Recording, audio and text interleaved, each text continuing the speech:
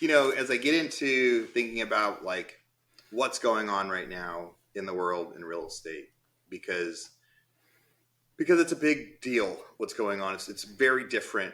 And like as a piece of advice I give to listeners out there and investors and different people out there. I mean, I got into real estate 20 years ago. I started my own business 15 years ago. I made 90% of my wealth in like probably 30 months, 24 months of that in that. Now, I would say, 2010 was a big chance, but I lost all that wealth. But like 2015, when I went really, really big and I was like first one buying real, and I was like, I'm going to go as big as I can and I'll get as many houses as I can when I first discovered that market.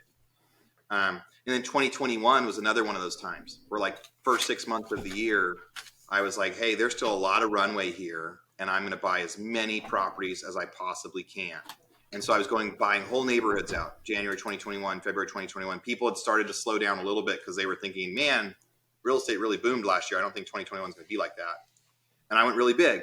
And so I bought hundreds of units in the first few months of 2021, and which was perfect because by the end of 2021, when these housing developments were getting done, they were worth 25 to 30% more than I got them in contract for. I was able to get 100% financing, really, really good rates. And so the last like 6 or 9 months, it's kind of been this lull where, not much has been going on. I just had to do some major layoffs because for about 9 months I had staff and an overhead, and I was having a tough time, mentally saying like, hey, we don't have any flips coming in right now. When the rates went up, our business slowed way, way down.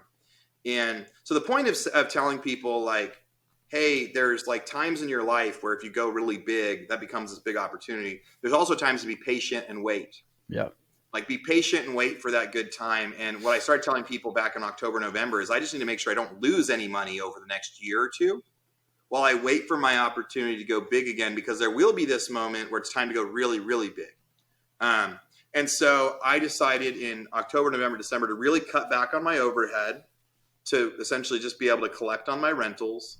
I still have my team that's managing my rentals, but any sort of like the flips and the big kind of pops, like the buying the house and selling it right after we closed on it, quick stuff had slowed way down. We weren't doing really any of that. And I've had to mentally tell myself, I'm not going to see any really big pops over the next year.